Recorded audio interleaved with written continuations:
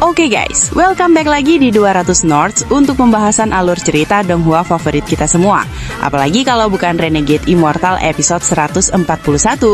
Seperti biasa, sebelum masuk ke cerita utama, kita recap dulu pembahasan episode sebelumnya, di mana Wang Lin membawa Wang Ping berkeliling planet Ranyun, hingga akhirnya mereka singgah di kota Kisu. Di tempat itulah, mereka bertemu dengan beberapa kultivator sekaligus keluarga Sun. Pertemuan tersebut membuat rasa penasaran Wang Ping terhadap dunia kultivasi semakin besar. Terlebih lagi setelah dirinya mengetahui kalau ayahnya ternyata adalah kultivator super kuat yang bahkan mampu membuat penguasa planet Ranyun tunduk hormat di hadapannya. Karena alasan itulah, Wang Ping sempat meminta izin kepada Wang Lin agar dirinya diperbolehkan berkultivasi. Namun keputusan Wang Lin tetap tidak berubah, sehingga membuat Wang Ping akhirnya berhenti berharap. Walaupun begitu, Wang Ping juga tidak ingin selamanya hidup di bawah perlindungan sang ayah. Dan karena Wang Lin tetap menolak mengajarinya kultivasi, Wang Ping akhirnya memilih untuk menaklukkan dunia dengan jalannya sendiri sebagai manusia fana biasa. Lalu seperti apa kisah lengkapnya? Langsung saja kita masuk ke pembahasannya cuy. Setelah pada episode sebelumnya Wang Lin merelakan putranya memulai perjalanan untuk menaklukkan dunia sebagai manusia biasa, tanpa terasa waktu sudah berlalu selama 20 tahun. Kini Wang Ping telah sukses menjadi seorang kaisar legendaris dari Kekaisaran Tianxi.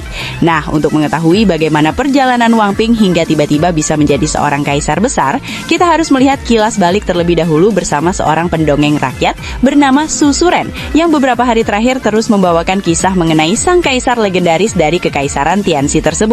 Pendongeng yang kita sebut saja Bambang itu memulai ceritanya dengan menjelaskan bahwa pada zaman dahulu kehidupan manusia fana di planet Ranyun dikuasai oleh 3 kerajaan besar, yaitu Dian atau Gunung Kaisar, Zhou Dazu alias Zhou Besar, serta Kekaisaran Chenyun. Namun kekuasaan yang telah berdiri selama ratusan tahun itu mulai mengalami masalah besar ketika sekitar 20 tahun lalu pemimpin Gunung Kaisar melakukan penindasan brutal dan pemerasan pajak yang sangat kejam hingga membuat rakyat hidup menderita luar biasa. Bahkan kondisi rakyat saat itu benar-benar mengenaskan, walaupun memang di sini belum ada istilah dolar buat jajan, tapi harga tempe aja katanya sudah hampir naik terus tiap hari. Namun sesuai pepatah bahwa kekacauan besar biasanya akan melahirkan seorang pahlawan, hal tersebut benar-benar disaksikan langsung oleh rakyat Gunung Kaisar ketika Wang Ping muncul di tengah negeri yang sedang porak-poranda itu. Pada masa ketika masyarakat hidup dalam kelaparan hebat hingga sesama manusia rela saling menukar anak demi bertahan hidup, Wang Ping justru membangun saluran irigasi, membuka lahan pertanian baru, memperbaiki tanggul rusak yang telah terbengkalai bertahun-tahun, sampai akhirnya benar-benar berhasil memimpin rakyat keluar dari jurang penderitaan mereka. Berbagai pencapaian luar biasa tersebut membuat nama Wang Ping semakin terkenal ke berbagai wilayah. Jumlah pengikutnya terus bertambah dan dirinya perlahan menjadi sosok yang tidak lagi bisa dipandang remeh oleh para penguasa Gunung Kaisar. Dari situlah mulai muncul rasa iri, dengki, hasutan sekaligus kekhawatiran dalam hati penguasa Gunung Kaisar. Sampai akhirnya dia memerintahkan pasukan untuk menangkap Wang Ping dan mengeksekusinya dengan tuduhan melakukan pemberontakan terhadap negara. Para penonton dongeng pun langsung ikut emosi mendengar kelakuan penguasa Gunung Kaisar tersebut. Namun tak lama kemudian, Bambang menenangkan semua orang dengan mengatakan bahwa penangkapan itu sebenarnya sudah berada dalam rencana Wang Ping sejak awal. Tanpa ada yang menyangka, orang-orang terdekat sang penguasa ternyata diam-diam juga merupakan pengikut Wang Ping. Dan dari situlah negeri Gunung Kaisar yang telah berdiri selama 1000 tahun akhirnya runtuh sepenuhnya. Sejak saat itu, Wang Ping dengan dukungan jutaan rakyat Kekaisaran Tianxi mengenakan jubah kebesarannya dan mencatatkan sejarah sebagai seorang kaisar legendaris yang memiliki strategi luar biasa dalam menumbangkan tirani. Nama besar Wang Ping pun terus menyebar ke berbagai penjuru negeri. Bahkan selama 5 tahun masa pemerintahannya yang penuh pengabdian, putra dari Wang Lin tersebut berhasil membuat perjanjian damai dengan negara Zhou Besar dan Kekaisaran Chenyun agar ketiga negara tidak saling menginvasi. Berkat adanya perjanjian itu, rakyat akhirnya dapat hidup dengan aman dan tentram tanpa lagi merasakan penderitaan mengerikan yang dulu pernah menyelimuti dunia. Dongeng itu pun ditutup dengan suara-sorakan bahagia dari para penonton. Sementara itu, di sudut rumah makan, Wang Lin yang ikut mendengarkan cerita tersebut justru merasa kalau aliansi 3 negara itu sepertinya tidak akan mampu bertahan lama. Dan benar saja, sesuai dugaan Wang Lin, pencapaian luar biasa Kekaisaran Tianxi di bawah kepemimpinan Wang Ping membuat negara Zhou Besar serta Kekaisaran Chenyun mulai merasa cemas. Mereka khawatir suatu hari nanti justru wilayah mereka lah yang akan ditaklukkan oleh Wang Ping. Karena itulah, kedua penguasa tersebut mulai diam-diam mengirim para kultivator sebagai pembunuh bayaran demi mencegah ancaman baru bagi kekuasaan mereka. King Li yang juga merupakan seorang kultivator langsung merasa tegang ketika dirinya merasakan aura spiritual para kultivator lain di sekitar area istana. Dia pun segera menyadari kalau orang-orang itu pasti dikirim untuk mencelakai suaminya. Karena itulah King Li terbangun dari tidurnya, lalu dengan hati-hati memeriksa situasi sambil bersiap turun tangan ke medan pertempuran apabila memang diperlukan. Namun ternyata, bahkan sebelum King Li sempat bergerak, seluruh pembunuh bayaran yang dikirim tersebut sudah lebih dulu kehilangan nyawa mereka. Sosok di balik pembantaian itu ternyata tidak lain adalah Du Qian, yang memang sebelumnya telah diperintahkan Wang Lin untuk diam-diam melindungi putranya. Kegagalan para pembunuh bayaran untuk kembali membuat Kaisar Daoju dan Kaisar Chen Yun menjadi semakin ketakutan. Di sisi lain, para petinggi keluarga kultivator yang mendukung dua kekaisaran tersebut malah mulai dipenuhi rasa penasaran dan berambisi mencari tahu keluarga mana yang sebenarnya berada di belakang kekaisaran Tianxi. Namun bahkan sebelum mereka sempat meninggalkan aula pertemuan, tiba-tiba turun titah dari 3 keluarga kultivasi terbesar di planet Ranyun mengenai larangan seluruh keluarga kultivator ikut campur dalam urusan manusia fana. Walaupun rasa penasaran terhadap sosok pendukung kekaisaran Tianxi masih sangat besar, tidak ada satupun keluarga kultivator yang berani melanggar perintah tersebut sejak dekret itu dikeluarkan. Beberapa bulan pun berlalu. Karena dua kekaisaran lain diam-diam mulai bergerak menyerang, Wang Ping juga tidak menunjukkan sedikit pun rasa takut untuk memulai peperangan besar. Kamp-kamp militer segera dibangun dan hanya dalam waktu 3 bulan yang sangat singkat, pasukan kekaisaran Tianxi berhasil menerobos hingga 300 mil mendekati ibu kota kekaisaran Chen Yun.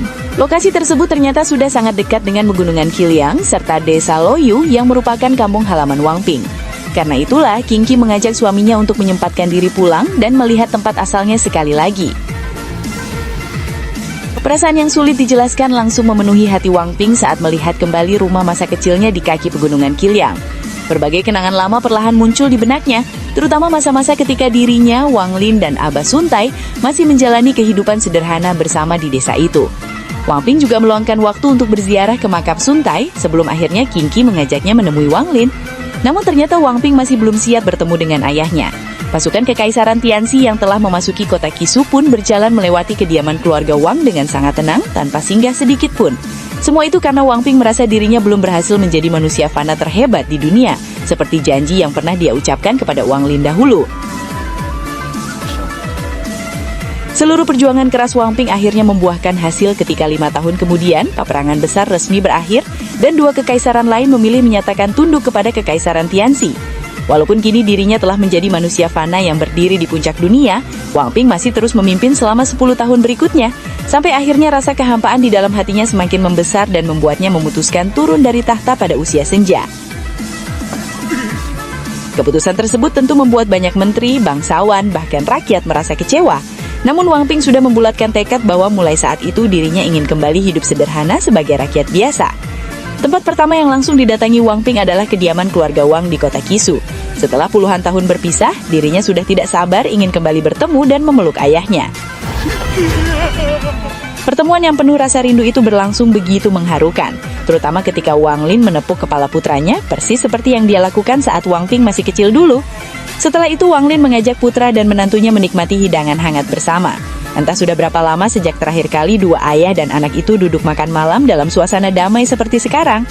Namun sebesar apapun rasa bahagia Wang Lin karena akhirnya bisa kembali berkumpul dengan putranya, dia sadar masih ada sebuah hutang masa lalu yang harus dijelaskan. Karena itulah Wang Lin segera bertanya apakah ada sesuatu yang ingin diketahui Wang Ping. Sumpit di tangan Wang Ping pun bergetar pelan sebelum akhirnya dia menarik napas panjang dan mengungkapkan pertanyaan terbesar mengenai asal-usul dirinya sendiri. Dari situlah Wang Lin mulai menceritakan perjalanan panjang hidupnya. Wang Lin menjelaskan bagaimana dahulu dirinya memulai kehidupan di planet Suzaku sebagai manusia fana biasa yang perlahan menapaki jalan kultivasi menuju keabadian. Sejak mengambil keputusan tersebut, Wang Lin harus menghadapi begitu banyak rintangan, sekaligus menyaksikan betapa licik dan kejamnya hati manusia. Di antara semua musuh yang pernah dia hadapi, Wang Lin kemudian menyebut nama Liu Mei, seseorang yang bisa dibilang memiliki dendam terdalam terhadap dirinya. Karena kebencian yang begitu besar, Liu Mei terus mencari berbagai cara untuk membalas dendam kepada Wang Lin, hingga pada akhirnya dia memilih menggunakan jiwa darah Wang Lin untuk menyempurnakan sebuah jiwa pendendam. Dan benar saja, dari cerita itulah Wang Ping langsung terguncang hebat setelah mengetahui fakta bahwa dirinya ternyata lahir dari sebuah dendam yang begitu kelam. Bahkan King Qi pun tidak mampu menahan kesedihannya sendiri, entah karena mendengar betapa keras dan pahit kehidupan yang dijalani Wang Lin, ataupun karena mengetahui kenyataan menyakitkan di balik kelahiran Wang Ping yang kini menjadi suaminya. Tidak mampu lagi menahan gejolak emosi di dalam hati, Wang Ping akhirnya memutuskan mengajak King Qi meninggalkan kediaman keluarga Wang untuk mencari kehidupan yang lebih damai di sebuah desa terpencil di pegunungan. Wang Lin sendiri tidak kuasa menahan ataupun menentang keputusan putranya itu. Dia hanya bisa berharap bahwa suatu hari nanti Wang Ping akan menemukan jawaban yang mampu menenangkan hatinya. Sekarang kita pindah ke desa pegunungan tempat Wang Ping tinggal. Di sana setiap harinya lelaki tua tersebut menghabiskan waktu dengan mengukir patung kayu, sama seperti kebiasaan ayahnya dahulu. Setelah 10 tahun menjalani kehidupan sunyi di desa pegunungan itu, Wang Ping perlahan mulai menemukan kedamaian di dalam dirinya. Bahkan jika diberi pilihan, dia merasa hanya ingin menjalani kehidupan sederhana di desa terpencil seperti ini bersama ayahnya. King Qi merasa bahagia melihat suaminya perlahan mulai melepaskan luka, tekanan, serta rasa kecewa yang selama ini tersimpan di dalam hati. Karena itulah, dia kembali mengajak Wang Ping menemui ayahnya, jika memang kini dirinya sudah mulai memahami maksud dari semua tindakan Wang Lin. Mendengar ajakan tersebut, Wang Ping hanya mampu mengemuskan napas panjang. Sebab walaupun dirinya perlahan telah memahami alasan Wang Lin menyembunyikan asal-usulnya, masih ada satu pertanyaan besar yang sampai sekarang belum cukup berani dia utarakan. Pertanyaan itu kemungkinan besar berkaitan dengan alasan mengapa dirinya tidak pernah diizinkan menapaki jalan kultivasi. Lebih jauh lagi, Wang Ping mulai merasa bahwa sisa hidupnya mungkin tidak akan berlangsung lama. Karena itu, apabila suatu hari dirinya benar-benar meninggal sebelum sempat memperoleh jawaban langsung dari Wang Lin, mantan penguasa kekaisaran Tianxi tersebut meminta kepada King Qi agar jasadnya diantarkan kembali kepada ayahnya setelah kehidupannya benar-benar berakhir. Setelah semuanya selesai, Wang Ping juga berharap King Qi dapat melanjutkan kehidupannya dengan bebas, tanpa perlu terus terikat oleh masa lalu mereka. Namun di saat yang sama, dia memohon agar perempuan itu tidak melupakan kenyataan bahwa dirinya pernah menjadi bagian penting dalam hidupnya. Mendengar perkataan itu, King Qi tidak mampu lagi menahan emosinya dan langsung memeluk suaminya dengan erat. Wang Ping kemudian membalas pelukan King Qi dengan sama eratnya sambil menarik napas panjang. Dia memahami bahwa perempuan di hadapannya ternyata menyimpan rasa yang sama besar terhadap dirinya. Setelah itu, Wang Ping membawa masuk ukiran patung terakhir yang selama ini tidak pernah berhasil dia selesaikan. Sambil menatap hasil ukiran tersebut, dia perlahan menganggukkan kepala dan berucap dalam hati bahwa sebenarnya dirinya telah lama memaafkan Wang Lin. Nah, ketika hubungan Wang Lin dan anaknya sebenarnya belum sepenuhnya selesai, bukannya keadaan berubah menjadi lebih tenang, justru muncul persoalan baru yang tampaknya bakal menjadi ancaman besar bagi Wang Ping di masa mendatang. Masalah ini bermula ketika planet Ranyun tiba-tiba dibuat gempar oleh kemunculan seorang utusan dari Istana Abadi Petir bernama Le Doji. Kedatangan Le Doji tentu bukan tanpa sebab. Dia mendengar kabar bahwa ada seseorang misterius di wilayah Luotian yang mengaku-ngaku sebagai utusan Istana Abadi Petir. Berita itu jelas membuat Le Doji murka. Sebagai satu-satunya utusan resmi Istana Abadi Petir, dia merasa tidak terima lalu segera meminta para petinggi planet mengungkap identitas sosok penipu tersebut. Sun Yixi sebenarnya tahu jelas bahwa orang yang dimaksud Le Doji tidak lain adalah Sumo alias Wang Lin. Namun dia memilih diam karena bagaimanapun Wang Lin merupakan sosok yang pernah menyelamatkan seluruh planet Ranyun di masa lalu. Tidak ingin membuang waktu menunggu jawaban dari para petinggi yang dianggap tidak berguna, Le Doji akhirnya memilih melakukan pemindaian besar-besaran menggunakan kesadaran ilahi miliknya. Namun anehnya pencarian itu sama sekali tidak berhasil menemukan penyamaran Wang Lin yang saat itu sedang bersantai di kediamannya. Karena gagal menemukan sosok kuat di planet Ranyun, Le Doji mulai menduga bahwa Sumo kemungkinan besar sudah meninggalkan tempat tersebut.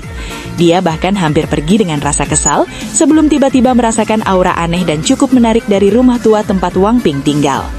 Aura yang dirasakan Le Doji kemungkinan besar berasal dari Dujian, dan hal itu tentu saja langsung menarik minatnya untuk mengetahui siapa sebenarnya pemilik kekuatan besar tersebut. Sementara itu, di rumah yang dimaksud, King Qi langsung berubah panik setelah merasakan kesadaran ilahi Le Doji menyapu area tempat tinggal mereka. Dengan tergesa-gesa, dia segera memberitahu Wang Ping tentang bahaya yang sedang mendekat. King Qi bahkan baru saja hendak mengajak Wang Ping pergi sejauh mungkin dari sosok berbahaya tersebut. Namun sebelum sempat melakukan apapun, tiba-tiba dia sudah datang. Wah dulu, ini sih fix ada orang lagi yang bakal cari masalah sama Wang Lin. Parahnya lagi kali ini yang bakal kena imbas justru anaknya sendiri. Kira-kira Wang Ping bakal diapain nih? Serius deh, jadi makin gak sabar nunggu episode minggu depan. Padahal spoilernya juga sudah mulai bertebaran di mana-mana. Tapi tetap saja rasa penasaran makin gak ketahan. Oke guys, sampai di sini dulu pembahasan kali ini. Sampai jumpa lagi di video berikutnya. Ketua LC pamit undur diri.